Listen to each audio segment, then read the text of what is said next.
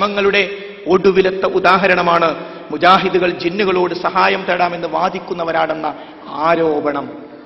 ആരോപണം ഈ സലഫി സംഘത്തിന്റെ വിമർശകർ ഉണ്ടാക്കുന്ന ആരോപണമായത് എന്ന് കേരള ജംഇയ്യത്തുൽ ഉലമ കൃത്യമായി അങ്ങ് പ്രഖ്യാപിച്ചു. ഞാൻ ചോദിക്കട്ടെ, ഈ ഖത്തറിൽ സലഫി പ്രബോധനത്തിന്റെ എന്തെങ്കിലും വാസനകൾ കിട്ടിയിട്ടാണല്ലോ ഇവിടേക്ക് വന്ന ഈ അനുഭാവികളും? ഈ കൂട്ടത്തിൽ ഏതെങ്കിലും ഒരാൾ ജിന്നെ കാക്കണേ എന്ന് വിളിക്കുന്നവരുണ്ടോ? ഏതെങ്കിലും ഒരാൾ ധൈര്യമായി എഴുന്നേറ്റ് നിൽക്കാം. അങ്ങനെ വാദമുള്ളവരുണ്ടെങ്കിൽ ഒന്ന് കൈവക്കാം.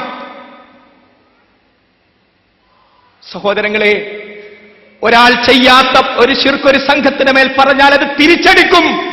ആ പറയുന്നവൻ ശിർക്കിലെത്തും. അള്ളാഹു കാത്തുരക്ഷിക്കുമാറാകട്ടെ. എന്തൊരാരോപണമാണിത്?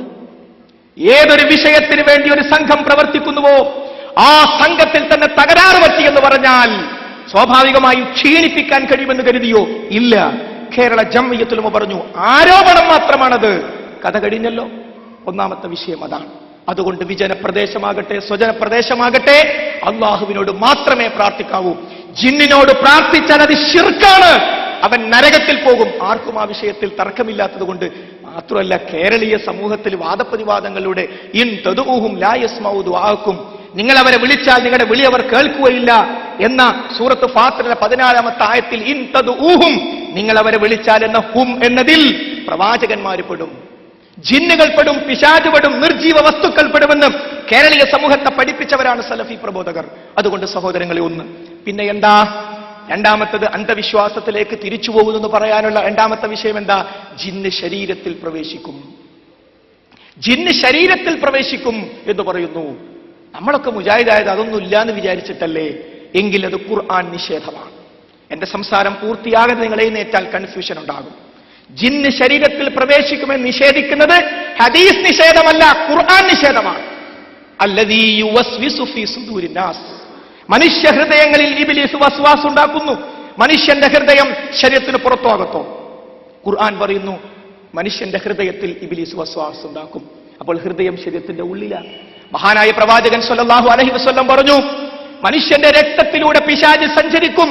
രക്തം ശരീരത്തിന് പുറത്തോ അകത്തോ? തീർന്നില്ല. കേരള ജംഇയ്യത്തുൽ ഉലമ ആ കാര്യം ഒന്നുകൂടി വ്യക്തമാക്കി. പരിശുദ്ധ ഖുർആനിലെ 2-ാമത്തെ അധ്യായം സൂറത്തുൽ ബഖറ, ആ സൂറത്തുൽ ബഖറയിലൂടെ കേരള ജംഇയ്യത്തുൽ ഉലമ പലിശ തിന്നുന്നവർ പിശാചുബാധ നിമിത്തം മറിഞ്ഞു ലാ യഖൂമൂന ഇല്ലാ കമാ യഖൂമുൽ ലദീ യതഖബ്ബതുഹുമുശ് ശൈത്താൻ മിനൽ മസ്. എന്താ ജംഇയ്യത്തുൽ ഉലമ പറഞ്ഞത്? വിശുദ്ധ ഖുർആനിന്റെയും തിരുസുന്നത്തിന്റെയും അധ്യാപനങ്ങളും അവയുടെ അടിസ്ഥാനത്തിലുള്ള അഹ്ലുസുന്നയുടെ വീക്ഷണങ്ങളും ജിന്ന് മനുഷ്യ ശരീരത്തിൽ ഭൗതികമായ സ്വാധീനങ്ങൾ ചെലുത്തുമെന്ന് പഠിപ്പിക്കുന്നു. കേവല ബുദ്ധിയുടെ പേരിൽ ഈ വസ്തുതകളെ നിഷേധിക്കുന്ന പ്രവണത അംഗീകരിക്കാൻ കഴിയുന്നതല്ല. എന്നിട്ട് ഈ ആയത്ത് കൊടുത്തു. അർത്ഥം, പലിശ തിന്നുന്നവർ പിശാചുബാധ നിമിത്തം മറിഞ്ഞു വീഴുന്നവൻ എഴുന്നേൽക്കുന്നത് പോലെയല്ലാതെ എഴുന്നേൽക്കുകയില്ല. വീണ്ടും മനുഷ്യനെ ശരീരത്തിൽ പ്രവേശിക്കും. ഇനി ഇത് അന്ധവിശ്വാസമാകുന്നു എന്ന് പ്രചരിപ്പിക്കുന്ന നമ്മുടെ ചില സഹോദരങ്ങളുണ്ട്. ആ സഹോദരങ്ങൾ വളരെ കൃത്യമായി 2001 ഡിസംബർ 14 അവരും ആ കാര്യം വ്യക്തമായി തുറന്നു പറഞ്ഞു ശബാബിലൂടെ. മനുഷ്യനെ എല്ലാ ഭാഗത്തു നിന്നും കാണുകയും അതുപോലെ അവരിൽ പ്രവേശിച്ച് അവന്റെ ചിന്തയെയും മനസ്സിനെയും സ്വാധീനിച്ചും കബളിപ്പിച്ചും തെറ്റായ വിശ്വാസം ജനിപ്പിക്കുകയും ചെയ്യുന്ന കൂട്ടുകാരനെയാണ് മേൽവചനങ്ങൾ അനാവരണം ചെയ്യുന്നത്. നോക്കൂ, വളരെ കൃത്യമായിട്ട് പറയാണ്. മനുഷ്യനെ എല്ലാ ഭാഗത്തുനിന്നും കാണുകയും അതുപോലെ അവരിൽ പ്രവേശിച്ച് അവന്റെ ചിന്തയെയും മനസ്സിനെയും സ്വാധീനിച്ചും. അപ്പോൾ മുജാഹിദ് പ്രസ്ഥാനം ഉണ്ടാക്കിയ പുതിയ ആശയമല്ല, ഒന്നിച്ചുള്ളപ്പോഴും കൃത്യമായി പറഞ്ഞതാണ്. വിഭ്രാന്തി, ഉന്മാദം, ഭയം, വ്യാധികൾ തുടങ്ങി നിരവധി ഭവിഷ്യത്തുകൾ പിശാച് അഥവാ ഇബ്ലീസ് ഉണ്ടാക്കി തീർക്കുമെന്നും അതിനുള്ള പൂർണ്ണമോചനം അള്ളാഹുവിൽ പൂർണ്ണ സമർപ്പണവും വിശ്വാസവുമാണെന്നും ഇസ്ലാം പഠിപ്പിക്കുന്നു. വ്യാധികൾ ഉണ്ടാക്കും. ഒരു പക്ഷേ ഈ വിഷയം കൂടുതൽ നമ്മൾ പഠിപ്പിക്കപ്പെടാത്തത് കൊണ്ട് നമുക്ക് അജ്ഞതയുണ്ടെങ്കിൽ പഠിക്കുക എന്നല്ലാതെ നമ്മൾ അതിനെ നിഷേധിക്കരുത്. വളരെ കൃത്യമായി നമുക്ക് കാണാം. 1921 കാലഘട്ടം. ഈ കാലഘട്ടത്തിൽ മുസ്ലിം സമുദായത്തിൽ അന്ധവിശ്വാസങ്ങളും അനാചാരങ്ങളും വ്യാപകമായപ്പോ അതിനെതിരെ സലഫി സംഘം രംഗത്ത് വന്നു. മഹാനായ കെ എം മൗലവിയെ പോലെയുള്ള ആളുകൾ ഇത്തരം തിന്മകൾ വന്നപ്പോ അവരെന്താ പറഞ്ഞത്? ജനങ്ങളെ പിശാചുബാധയില്ല എന്നല്ല, ജനങ്ങളെ സിഹർ ഇല്ല എന്നല്ല. എന്താ കെ മൗലവി പറഞ്ഞത്? അദ്ദേഹത്തിന്റെ ഫത്വകൾ ഇന്ന് മുജാഹിദ് പ്രസ്ഥാനത്തിന് നേരെ അന്ധവിശ്വാസത്തിലേക്ക് പോയി എന്ന് ആരോപിക്കുന്നവർ ഇറക്കിയ പുസ്തകമാണ് കെ എം മൗലവിയുടെ ഫത്വകൾ.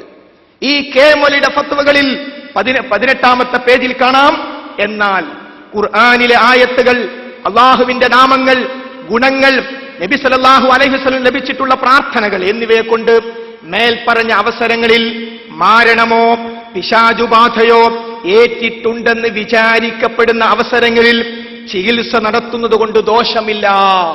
കെ മൗലവി അന്ധവിശ്വാസിയാണോ?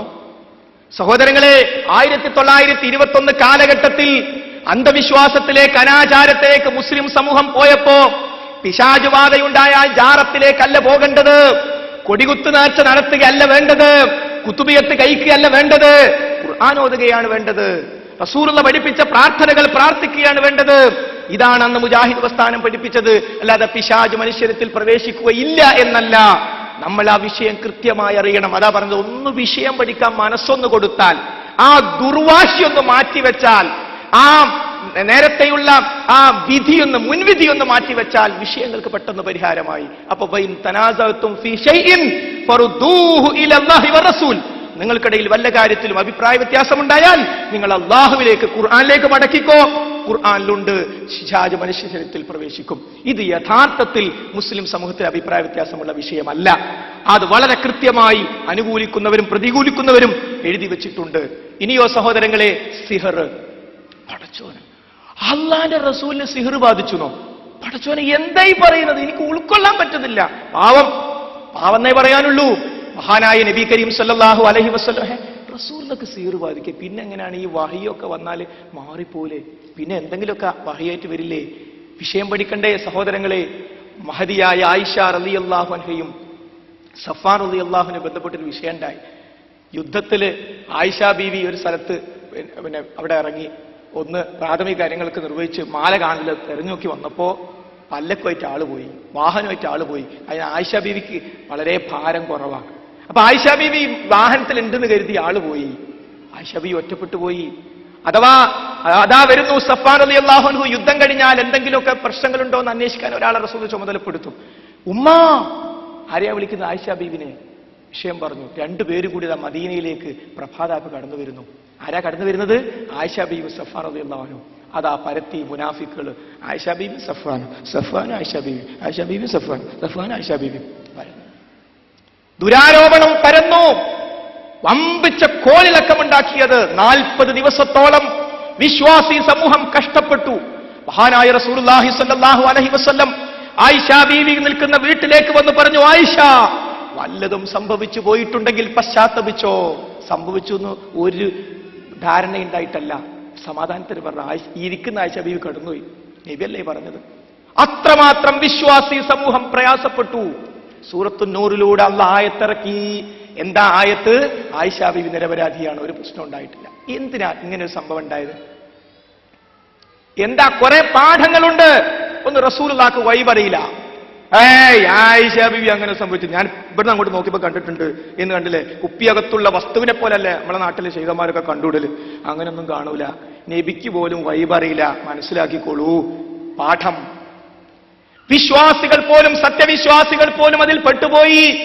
അള്ള പറഞ്ഞു, നിങ്ങൾ പോലും അതിൽ പെട്ടുപോയിട്ടുണ്ട്. താക്കീത്. സത്യവിശ്വാസികളായ ആളുകള് ഇതേപോലെയുള്ള ദുരാരോപണങ്ങളിൽ പെട്ടുപോകുന്നത് ഇല്ലാതാക്കാൻ കുറെ പാഠങ്ങൾ അതിലുണ്ട്. ഇതുപോലെ റസൂലുള്ളാഹി സ്വല്ലല്ലാഹു അലൈഹി വസല്ലമ സിഹർ ബാധിച്ച് മാസങ്ങളോളം അങ്ങനെ കിടന്നിട്ടൊന്നുമില്ല. എന്താ പറഞ്ഞത്? അല്പസമയം, ഒരു ചെറിയ എന്താ, ഏത് ഭാര്യൻ്റെ അടുത്ത് അന്നലെ പോയത്, ഒരു ചെറിയൊരു അസ്വസ്ഥത, അല്പസമയം ബസ് കഴിഞ്ഞു. എന്തിനാ ഇതുണ്ടാക്കിയത്? മനുഷ്യനാണ് റസൂലുള്ളാഹ്. മനുഷ്യർക്ക് സംഭവിക്കുന്നൊക്കെ റസൂലുള്ളാഹിക്കും സംഭവിക്കും. അങ്ങനെ സംഭവിച്ചാൽ നിങ്ങൾ എന്ത് ചെയ്യണം? അത് പഠിപ്പിക്കാൻ ആ സൂറത്ത് ഫലക്കിന്റെ അവതരണ പശ്ചാത്തലം എന്താ? വളരെ കൃത്യമാണ്. അതുകൊണ്ട് നബി കരീം സല്ലല്ലാഹു അലൈഹി വസല്ലമക്ക് സിഹർ ബാധിച്ചു എന്നത് ബുഖാരി മുസ്ലിം ഹദീസാണ്. 1960കളിൽ എഴുതപ്പെട്ട മുഹമ്മദ് അമാനുവലിയുടെ പരിഭാഷയുടെ 113ാമത്തെ അധ്യായമായ സൂറത്ത് ഫലഖ്, അതിന്റെ വ്യാഖ്യാനം എടുത്തു നോക്കൂ. അതിൽ കാണാം സിഹറിൽ യാതൊരു യാഥാർത്ഥ്യവും ഇല്ല എന്ന്